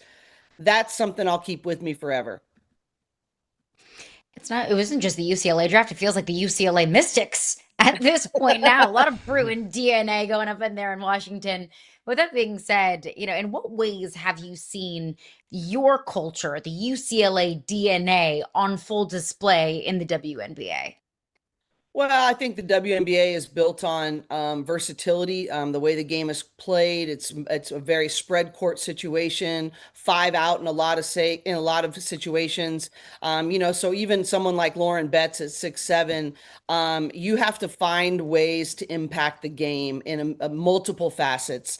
And so that's something we talk about all the time, is that there's so many ways to impact winning. And when you go to the WNBA, it may not be how you've added value and impacted winning in the past, but we want to have them feel prepared and confident that, okay, you need this from me on this team. This coach demands this. I always said that this is the last time you're going to be able to choose your coaching staff and choose your culture. And you have to be willing to go in and be a thermostat, not a thermometer, meaning you got to go in and bring energy and find out what it means to raise the temperature or lower the temperature. Or you want me to be a great screener? I'll do that. You want me to take out the best player defensively and just focus on them? I'll do that. And I think our players, I know it's been really hard on them in that way, because they have to, navigate that differently. But I do think they're equipped. They're equipped with their versatility. I think they're equipped with their selflessness. And I think they're equipped in knowing how to affect winning in many different ways and in a selfless way. Cori, I know that you have been at the center of recruiting and building your team for next season, but there has been a lot of discourse recently in the WNBA when Alyssa Thomas kind of braced her fall on Caitlin Clark with a closed fist on her neck. It was not in the moment called as a foul. The WNBA reviewed it, then called it a flagrant 2. Alyssa Thomas served a 1-game suspension. And there has been a lot of commentary and controversy on talk shows and on social media following that, what Alyssa Thomas did, how Caitlin Clark reacted, how the WNBA reacted. It's not the only controversy and discourse that we've seen on media recently in the WNBA. You are such a wordsmith and you are such a great motivator for your players. If you were their coach in that moment, how would you tell your players to respond if they were at the center of that discourse and controversy? Well, I think that, I feel really mixed emotions about the whole thing because, first of all, I know Caitlin. I coached her for 2 years with USA Basketball. It's undeniable what she has brought to the league. I saw something the other day that next to Steph Curry, she's sold the most jerseys. I mean, it's been an incredible thing. I also have been watching Alyssa Thomas for a really long time, and she is a physical, tough. I mean, that's how she plays. I do not believe there was any malicious intent. And I really do believe, I think it was, it needed to be called a flagrant, and I think they went back. But I think a bigger sort of problem with this is how much the officiating has been at the forefront of too many conversations. The game is soaring, the skill is soaring, and we need the officiating consistency to soar as well. And I think that there is growth. There's no doubt. I don't doubt that the reason people are in officiating is because they want to be a part of growing the game.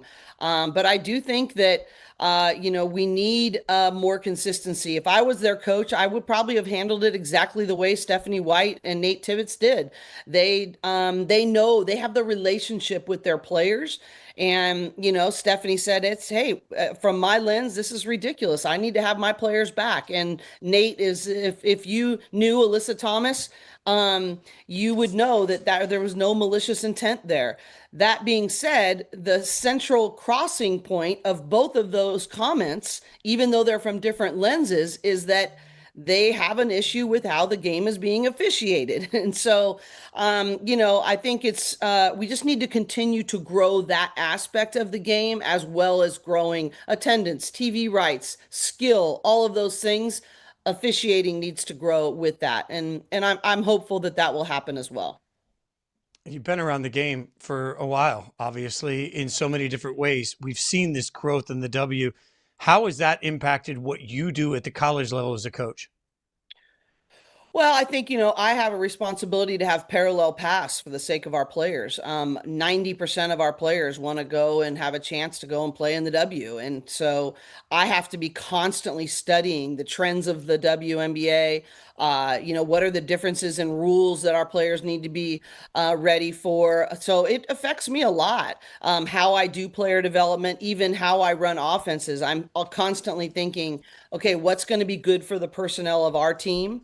And then also what's going to be preparatory for what they're going to need to accomplish their dreams at the next level. So it's a constant thing. I mean, I was already a hoop head. I watched every WNBA game I could possibly watch. Now I'm even more so with 13 of the Bruins on rosters in the WNBA. I'm now like a proud mama fan all the time. But I am always seeing it through the lens of, how does this influence how we recruit, our style of play, our player development path.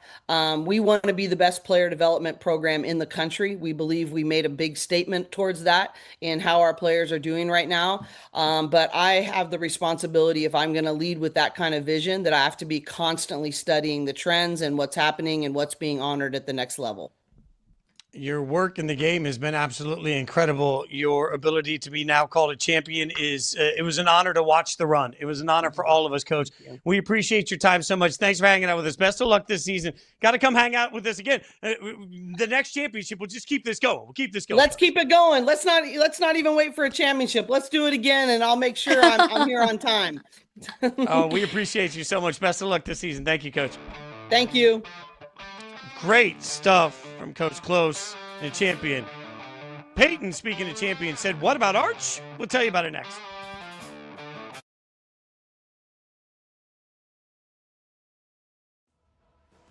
I mean, yeah, everyone loves to bring up all the pressure and tell me about the pressure. And I'm used to it. I've lived like this for quite some time now. For me, I just try to do my best to live in the moment. I wouldn't trade what I do for the world, so this is exactly where I want to be, and I just try to take it head on and enjoy every experience. I got a wonderful team and family behind me, and that's all that really matters. The crowd understanding that Jacksonville needs a jolt of energy.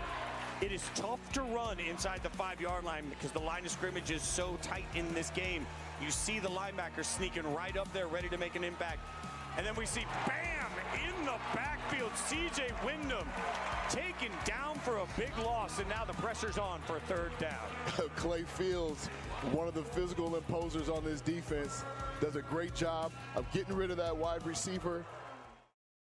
I think this is the steal of the draft. Obviously, I was big on him going at number 1 potentially. But when you look at historically, when we look at the draft, the guys who are the best are the ones that outperform. It's the sons of NBA players. Look at this list here. Kobe Bryant, Steph Curry, Al Horford. These are all all-stars. And I think Carlos Boozer, being the father of Cam, in a weird way, it makes me like Cam Boozer's prospect even more than what he did at Duke, which was outstanding. From midfield. 3rd and 5. Delora to throw. Delora all day. Delora shuffles left. Delora launches. Corner end zone. Caught. Just stay home. Touchdown. Seneca McKee, corner of the end zone. And Delora finds him for the touchdown, and now a chance to tie it. 1, 2, 3, 4 guys back there. How are you not fanned out across that area? Peyton Manning says the decision is easy when Tennessee takes on Texas. The Vols host Arch and the Longhorns this fall. He says, I love my university, but nothing's more important to me than my family. Joining us now, Stephen Godfrey, College Football Inquirer. All right, well, I'm sure Vols fans took that perfectly fine. Godfrey, what's your reaction to it? Oh, okay, look, when producer Mike, which I guess we're just going to call him that, when he hit me up on this topic, I thought, of course he did. You're not paying attention to the Mannings. By the way, we need to workshop producer Mike. You want to do Cleveland Dog Mike? I can't hear him right now because we're live, but yeah, something like that. Anyway, of course he did.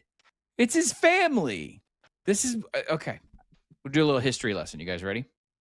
Do you know why Peyton Manning is at would have played at Tennessee at all? Would be cheering for Tennessee in the first place? Anybody remember? Why he would be cheering for Tennessee, Peyton? Because he had a he legendary there, career right? there. Yes. But do you know why Peyton Manning was at Tennessee? Oh, God. Why he committed to Tennessee in the first place? Yeah, no, I don't remember that. This is the point of the story. Here's a history lesson, guys. Peyton and Eli's dad, if you're not familiar with maybe the most told story in all of football, is Archie Manning, not Arch Manning, Archie Manning. Archie Manning was a legend for the New Orleans Saints, but he is from the Mississippi Delta, and he played at my alma mater, Ole Miss, and he was a legend there, okay?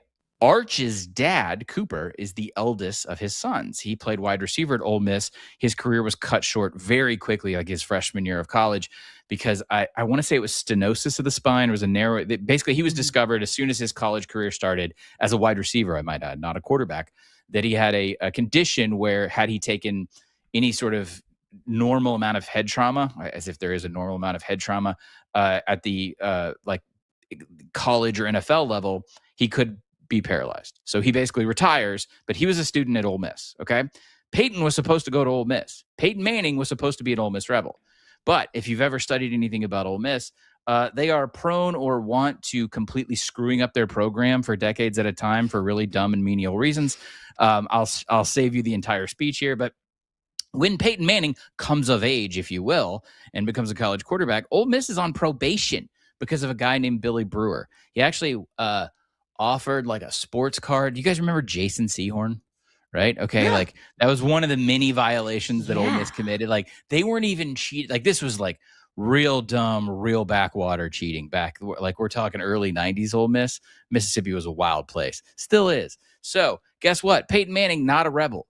The entire family, Ole Miss centric, Ole Miss this, Ole Miss that, right? They all grow up in New Orleans because dad plays for the Saints a little bit, I think for the Jets, and then he retires.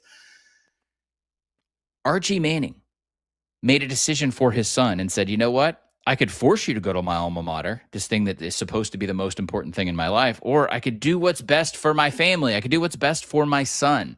So Peyton committed to Tennessee.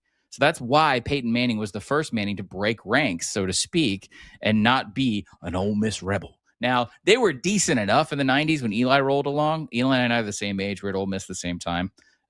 Basically the same amount of like notoriety and popularity on campus. This is like kind of one. Sure. I've been saying that. No doubt. Yes, of course. Yeah. Eli goes back to Ole Miss mainly because David Cutcliffe, who was an assistant and kind of the quarterback guru for Peyton, was kind of sort of maybe forced in as the hire at Ole Miss. So then Eli would commit there. He takes the Rebels to a Cotton Bowl. Then he goes on to the NFL draft. Now, a little bit more Manning history for anybody who's shocked about what Peyton said. Do you guys remember the 2004 NFL draft and Eli Manning? Do you remember what jersey he was holding up when he was drafted? Anybody remember this? Chargers. I remember. Yeah. Yes, it was the beautiful navy, kind of like ugly navy blue kind of Chargers. Yeah, there it is. There it is. Look at that. Look at all that. Look at that old school pre-HD TV glory. Look at that. That's awesome. Okay. So Eli Manning, short of John Elway at the time, kind of set a precedent. And his family, his father specifically said, if you draft me to the Chargers, I ain't going. I will not play for the Chargers. So on draft day, he was selected by the Chargers, who then immediately turned around and traded his rights for a pick with the Giants, where he ended up playing and winning 2 Super Bowls. I believe at the time, I can't remember. This ends up with like Drew Brees, and then there's a whole cause and effect situation that happens. But the belief was at the time that the Chargers were not a well-run organization. And I remember writing, I was like just starting off as a sports writer in my career then. And I remember criticizing the family because Archie Manning, it's hard to say Archie and Arch at the same time. Archie Manning, the paterfamilias, if you would say, in like a Coen Brothers film, is saying, my family is not going to have an NFL career like mine. All right. So Peyton's already in the NFL. He went first overall to the Colts. The Manning family was very inquisitive with the Colts. All right. Basically sort of, they needed to be made assured that everything was going to be okay with the Colts and the development of Peyton Manning. Because at the time, the Colts were a terrible franchise too. The Manning family looks out across the landscape and says, San Diego is a dead end job. It's not going to happen. We want to go to the Giants.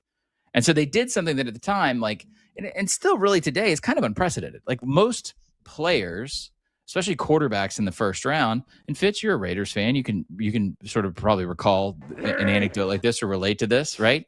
Where imagine if someone was just like, imagine if Fernando Mendoza was just like, Raiders, not the best track record. I'm good. Even if you take me, I won't play. This was because of the family. This was because of the power the Manning family has in the NFL and in college. So all this is to tell a story to say, of course, a Manning is going to cheer for a Manning. And by the way, I don't mean to paint that out as like corrupt or weird or anything else like that.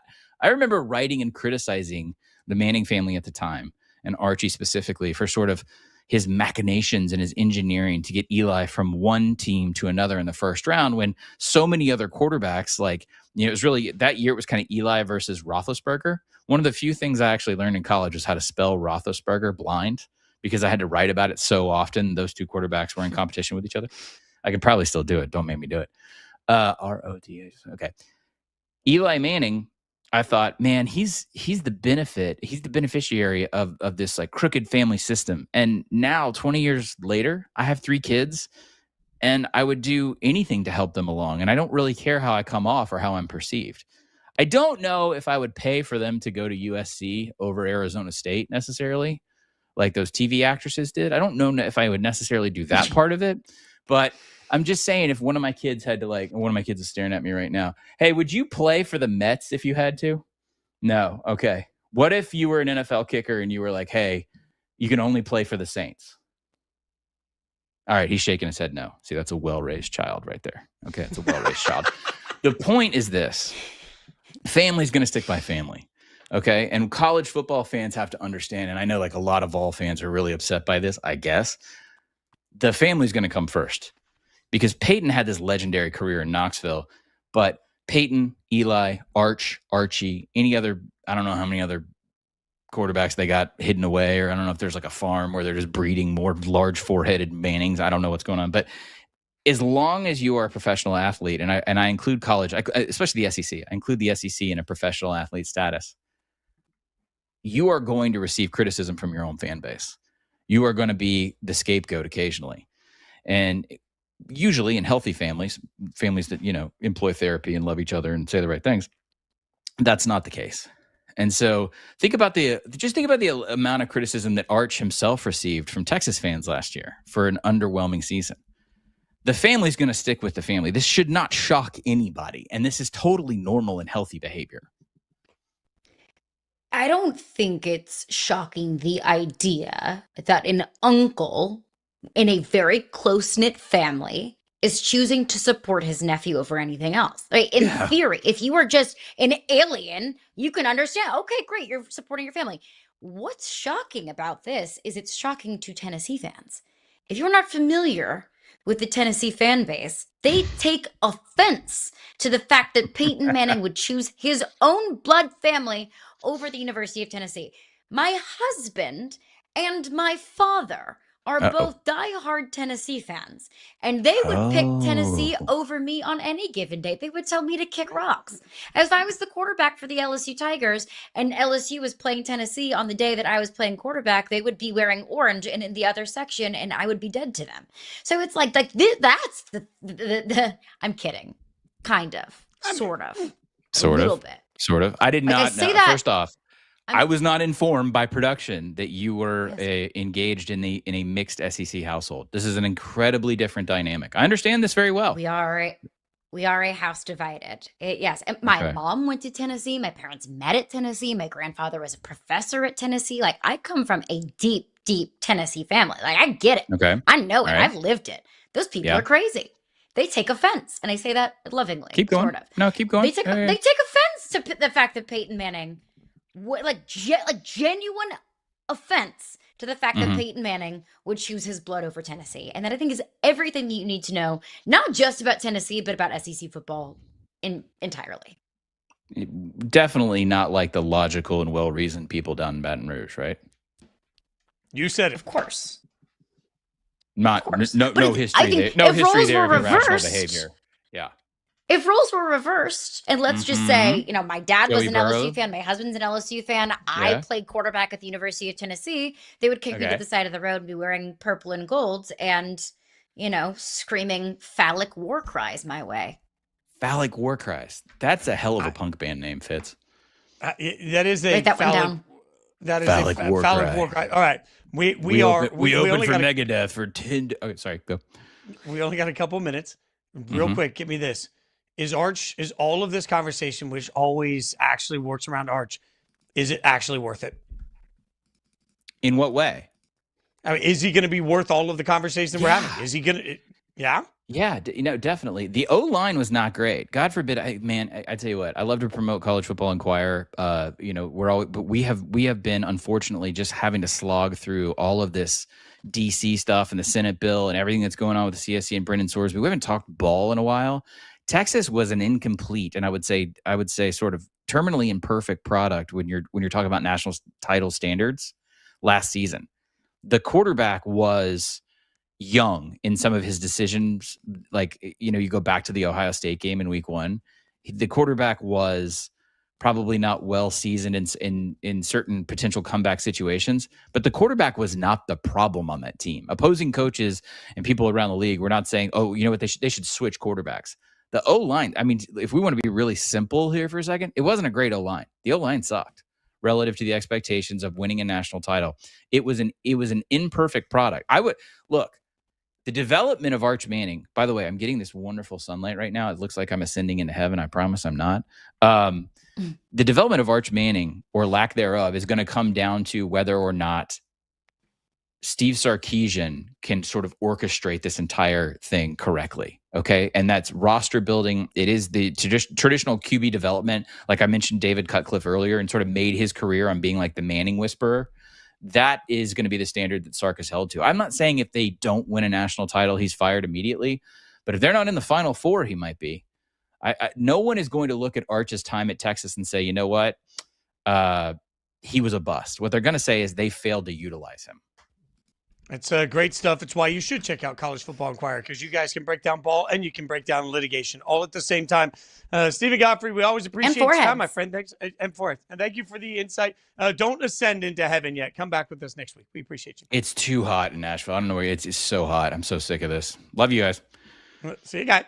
Thanks, Godfrey God. tried not Starting to in melt. July. trying not to melt in the Nashville heat. All right, coming up next, who's stopping these two from being successful?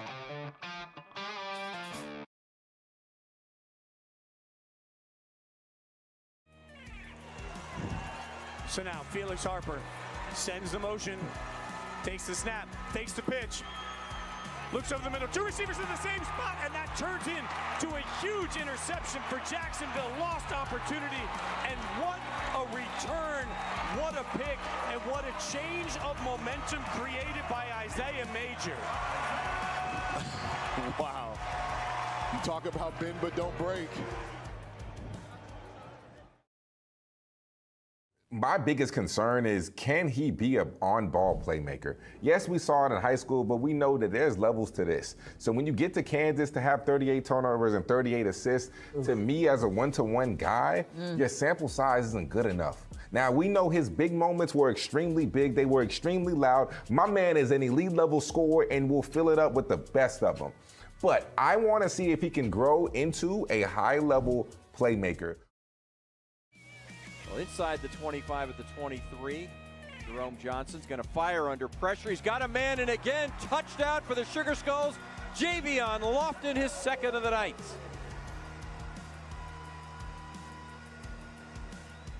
I mean, that is the type of drive that you want. Type of drive, just methodically down the field, Overcoming all those penalties and all that. And sure enough, you know, the best way to fix it is let's go score a touchdown. When I think of Christian Pulisic and what he's going through now with this World Cup, can you talk a little bit about that pressure? And you seem like someone who can push a lot of that off, Christian, as well. But does that seep in a little bit? You know, the cameras are going to be pointing at your direction. You're going to be one of the ones interviewed the most in post-match. At this point now, it's like Christian is Christian, and like he's going to deliver greatness, and we can't expect that to be every single minute like any other player.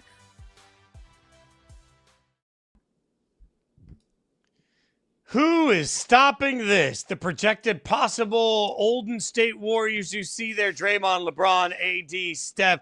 The question is, who's stopping this? And only our producers have the answer to that. Time to play a little Family Feud, as we love to do on this show. We surveyed YSD's team of producers and everybody back behind the scenes on the show to answer this exact question. We have the top three answers on the board, Fitz and Fenton Feud. Trying to figure out, Caroline, who's stopping this? Look, we'll workshop this. We'll come up with these answers together. Although on Family Feud, you're not allowed the opportunity to talk to each other. We're going to break the rules. What do you think? Where do we put Ben Gay? Hamstrings? Like arthritis. Like I'm thinking like arthritis. Knees. Arthritis. Yeah, arthritis. I got the number one answer. Survey said arthritis got the number one. Oh man. Okay. So what else? What do you think? Great work, Fitzy. Yeah, it's definitely has to be something to do with like just longevity, health. What about just father time? Oh, just father time. age. You want to try that as an official answer?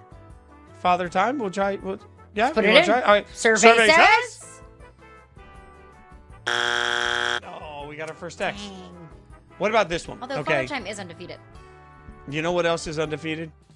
A good midday nap. Like I'm saying, the older you get, the more 3 o'clock hits and you're like, I need to sleep. I'll never forget Kenny Rogers years ago when he had kids late in life. Kenny told me, he's like, man, I don't mind having kids. I just told my wife, I'm still taking my midday nap every single day.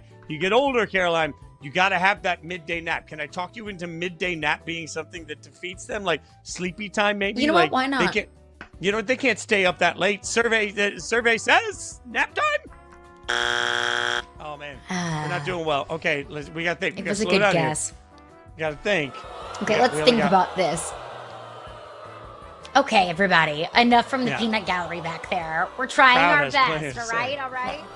It has to be something like, you know, a hamstring, an ankle rolling, something like that. But is that too close to arthritis?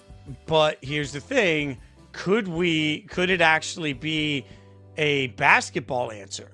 Like, could we be looking at it and saying, like, I don't know, who's stopping this? Oklahoma City? Who's stopping this? San Antonio? Who's stopping this? Almost anybody. Look, at the end of the day, this old State Warriors team is going to be like the third best team in the West at the most. So, like, maybe it could be a basketball answer. Third best team in the West might even be like very, very generous. Because I'll take Minnesota over the old dudes in the room. I'll probably take Denver. What's Denver doing? Over this geriatric bunch. I mean, what's stopping them? Like load management? I mean, I think West. I just there's man, like it could be. It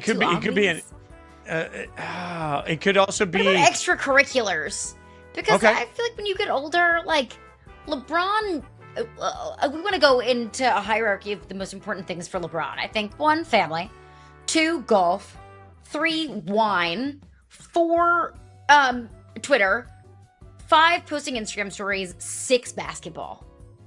Fair. I mean, I like the idea of Steph, LeBron playing golf together. Like, it feels like who stops them? Like, maybe they get a tee time and all of a sudden they're playing 18, but it turns to 36. Or, somebody's having the best round of their life. They don't want to cut it a little short. Like, they're out on the golf course and other famous people are out there with them. And they're like, this is more fun than basketball tonight. So regular season game, they just skip it on the golf course. Do you like the thought of golf? LeBron was just in St. Lucia playing like 36 holes a day. He probably doesn't want to give that up. So golf? I think golf might be a good guess. Yeah, I like. All right, why don't you? I'll let you say survey says this time. It's so much fun. Survey says golf. Oh, Pebble Beach. Pebble Beach. I mean, I'm going to assume that is in Northern California. Okay, you know what? Pebble Beach. I'm not sure where Pebble Beach is. I know the closest I've gotten to Pebble Beach that I know is playing it on Tiger Woods Golf. So, Pebble Beach Golf Resort is in. It doesn't tell me here. Yeah, I was going to tell you all sorts of Bay Area. Monterey County, California. It's in the Monterey Peninsula in Monterey County. Okay. It's all right. Close enough. Yeah, I like that. Yeah, Close enough. Here's the question. Do they make LeBron get the PJ that gets them to Pebble Beach, or do they all chip in? Are they like splitting the jet, or just one person? Do you need get a the jet? PJ to get to Pebble Beach? Well, it depends on where they're going from. I mean, I don't need a PJ to get in. It's a 2-hour drive from San Francisco. You think LeBron is 2-hour driving anywhere he can go in his No, PJ? LeBron's not driving anywhere, but LeBron is going to hire his driver to take them. Like, how that far just is the gives them drive more from- opportunity to drink wine in the limo on the way to Pebble Beach. The wine And aspect. LeBron's got to maximize his wine time. Could a winery be the other thing that slows them down? Like, I mean, Napa. other thing that Napa. Oh, Napa's like a whole lot. Like, again, we have arthritis. We have Pebble Beach. Do we think all 3 that they went for are going to be casual things, or they're going to be something real? But I do like your wine argument. I'm still going back to. How far are you in Charlotte? How far is Charlotte from Raleigh? A couple hours? Is that right? Like 2.5 hours, yeah. Yeah, it's 2.5 hours. You could drive 2.5 hours, or somebody comes to you and says, "Hey, Miss Fenton, would you like the private jet to take you? It's a 15-minute flight." You're taking the flight. You're taking the PJ.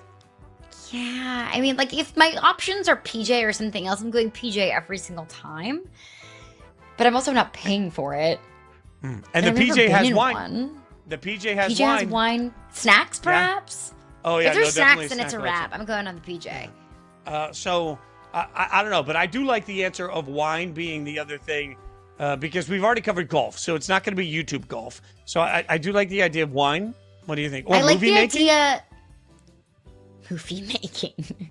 I mean, documentary crew. Steph had a movie. LeBron's got a whole production company. I'm sure Draymond's been in a movie somewhere. Like, just I'm just celebrity things. I don't know. What do you think? Wasn't Draymond in The Devil Wears Prada 2? Shockingly, I didn't see The Devil Wears Prada or The Devil Wears Prada 2. You should. Cat was in Devil Wears Prada 2. I thought for some reason that Draymond was in it too. They've got all these side quests going on. The older you get, the more time you spend in the NBA, the more side quests you pick up. I'm sure Draymond's it's been in either- an Adam Silver movie. An Adam Sandler movie? Yeah, I said Adam Silver. Yes, Adam Sandler movie. Yes. He is in a lot of Adam Silver movies, really, on any given day. Draymond has to be in something. I feel like Draymond likes the spotlight too much. He loves the camera too much. All right, what do you got? Let's get our guests in before we have to go. I like the idea of the West, like San Antonio, OKC. Who's beating this team? All of the teams that are going to be playing on their schedule. Let's see. We'll go with Except the West. like the Kings. We'll go with the West. Survey says no. What was the final answer? AD replaced by AI. We were never going to get that. We How never in the stood a world chance to get. Oh, would but that we is a have gotten robotic that one? version of AD. We'll be back right here tomorrow at 9 a.m. Come back, check us out. Thanks so much for watching. She's Caroline Fenton. I'm Jason Fitz.